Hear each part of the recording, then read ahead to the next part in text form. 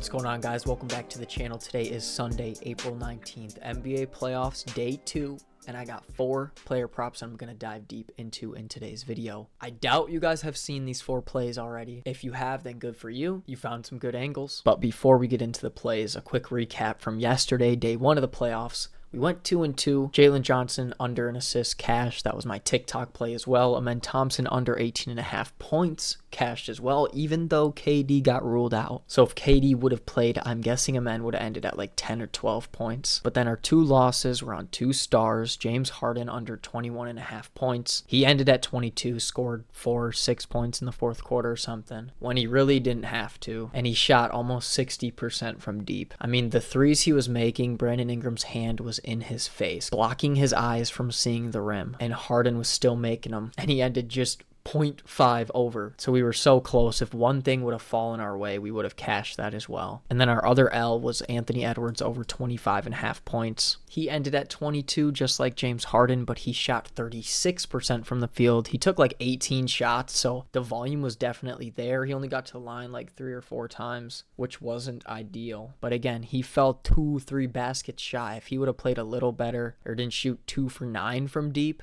we would have cashed him as well and kept the hot streak going. Not saying that it's over, because I love the 4 plays I got for today. But yeah, we technically lost 0.27 units yesterday. Let's have a better day today. Let's get right into the picks. All right, I got 1 play in each game. So starting in the 76ers Celtics game, you probably haven't seen this prop being played by anyone else, but I took Andre Drummond over 0.5 3-pointers made. Now here's my read on this. Andre Drummond is projected to play 28 minutes, even though Adem Bona is projected to start. And so if he's getting the majority of the minutes at center, I'm expecting him to take 2 to 3, maybe 4 3-point attempts, just like he did in their last game versus the Magic. And all we need is for him to make one of those shots. At plus 132 on FanDuel, I feel like there's so much value here. You know Joe Mazzulla and the Celtics are going to sag off somebody. And if Andre Drummond just leaks out to the 3-point line, they're not going to close hard on him. That is a shot that the Celtics want to give up.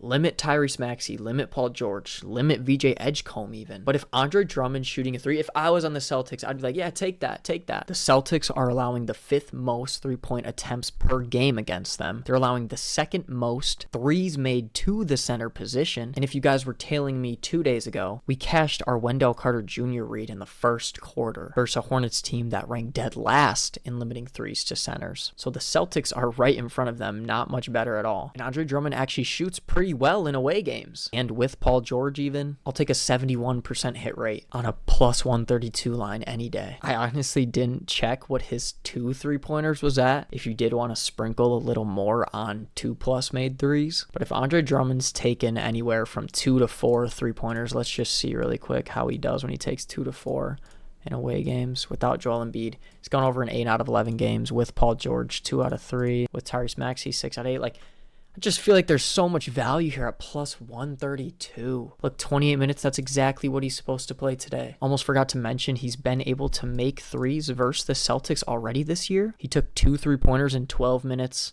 He shot 0 for 2 in 33, and then 2 for 4 in 32. So, I mean, in 28 minutes, if he's taken, like I said, 2, 3, 4 3-point attempts, I really think he could make one and cash a plus 132. All right, my second play now in the Suns Thunder game, and I'm going with Mark Williams under 8.5 points. You can still get this on DraftKings, BetMGM, Caesars, still a little bit available. I got this at minus 125, so you're basically getting the same odds I did. And the read here is that if Mark Williams does play, which he might not, he's projected to start, but he's only projected to play 21 minutes. And if we look at games with the Suns' big 3 all active, I know this graph looks pretty good, but in games when he plays less than 24 minutes, he's gone under 8.5 points and 7.5, I guess. In 3 out of 4 games, averaging 6.5 points per game. And now he has an extremely tough matchup versus Chet and an OKC defense that's allowing the least points per game within 10 feet of the basket. And just like in these last 2 games he played, 20 and 22 minutes, he's projected to play 21 tonight. He took 2 shots, 3 shots. He got to the line twice. I really don't expect him to take any more than 6 field goal attempts. I feel like that's a pretty high ceiling. And in games with Dylan Brooks, with Devin Booker, when he plays less than 24 minutes, we'll just set 15 as his floor. He's gone under 9 out of 11 games, averaging 6 points per game. If we look at remove his minutes limit, remove these guys, and just do versus top 10 paint defenses, he also struggles as well. So even if he does get up to that 6 field goal attempt mark, he's gone under 9 out of 11 games, again, averaging just under 6 points per game. He did score 9 and 13 versus the Thunder in limited minutes earlier on in the season, but in their last 2 matchups, he has gone under, which I am expecting him to go under again today. So yeah, my second play is Mark Williams under 8.5 points. Now my third play is in the Magic Pistons game, and I'm going down to Desmond Bane, and I took him under 3.5 assists. I got this at plus 108 on DraftKings. You can still take it for plus 102. Now I know 3.5 is a pretty low line for a guy that's playing like 37 minutes he's projected to play, but I'm really trusting this Pistons defense that's allowing the least assists per game and are really good at limiting assists inside the restricted area, which is where Desmond Bane gets 37% of his assists. And just looking at the 2 playing games he played, under in both of them, we can't see his potential assists, but they can't be very high. He had 0 assists in their last game versus the Hornets. And I kind of think that's what his role is just going to be, is kind of carved out to just try and score the ball. Paulo's going to try and get some assists. Franz probably will get a couple. Then you also have Jalen Suggs and Anthony Black. If we look head to head versus the Pistons so far this season, Desmond Bane had 2 assists on 4 potential in 31 minutes.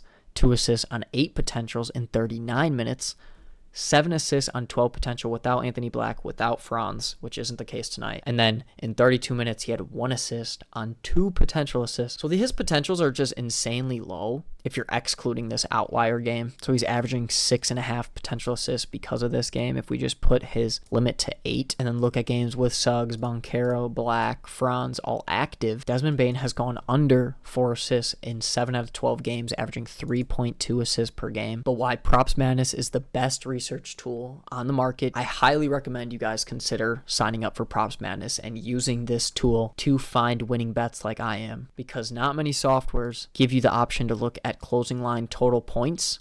And like I said, I have a lot of trust in this Pistons defense. You guys saw Desmond Bane has gone under this 3.5 assist line multiple times versus the Pistons already this season. And this is the first game of their series. So both defenses are going to be locked in. The game total is less than 220 points, which is still decently high, I guess, for a playoff game. I thought this would be a little lower.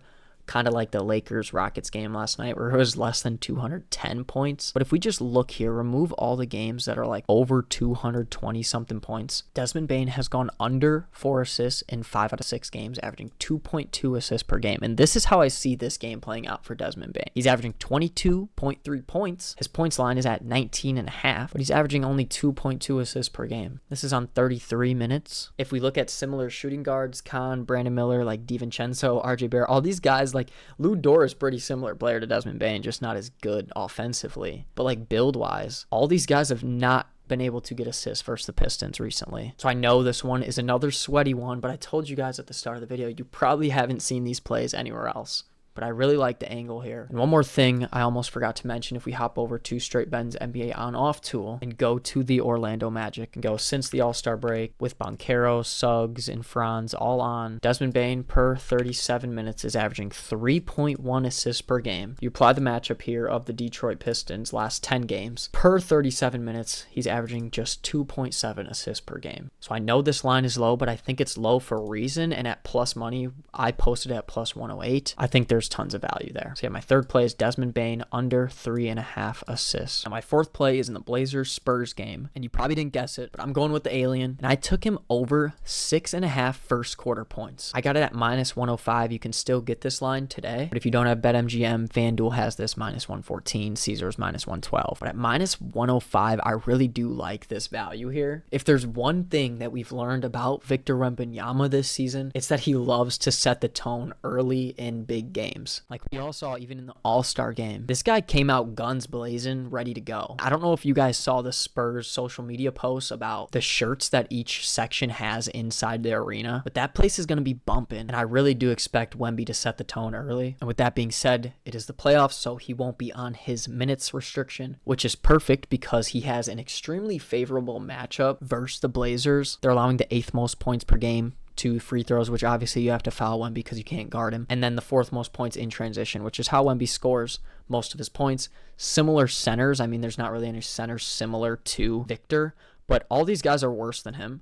all have been able to score more than their respective line in the first quarter. Like Maxime Reynaud scored 10 points, Jokic 12. Okay, I didn't even notice Jokic. I don't know if Wemby's better than him. I might take that back, but like Claxton 8, Brook Lopez 9. Victor can score 7 points. He's been doing it recently over his last 5 games. Let's just see what this averages. He's averaging 12.6 first quarter points. And I also think it's an extremely favorable matchup because he's going against Klingon in his head-to-head matchup. And Klingon is just simply too slow to guard Wemby. And I wouldn't be surprised if Wemby makes a 3 early in this game to ignite that crowd. Let's just look on the season here. Over those last 5 games, Wemby hasn't played less than 7 first quarter minutes. So if we set that to his floor, but then also set his ceiling to 9, but then lower his ceiling to 10 minutes because he did play 10 versus the Warriors with Fox and with Dylan Harper. And then at home, he scored 7 or more first quarter points in 7 out of 8 games, averaging 9.6 first quarter points per game. And you guys saw here, the Trailblazers are actually allowing the most points, first quarter points, to centers in the entire league. So I just really think this is a great matchup, a great look. If Wemby doesn't come out on fire,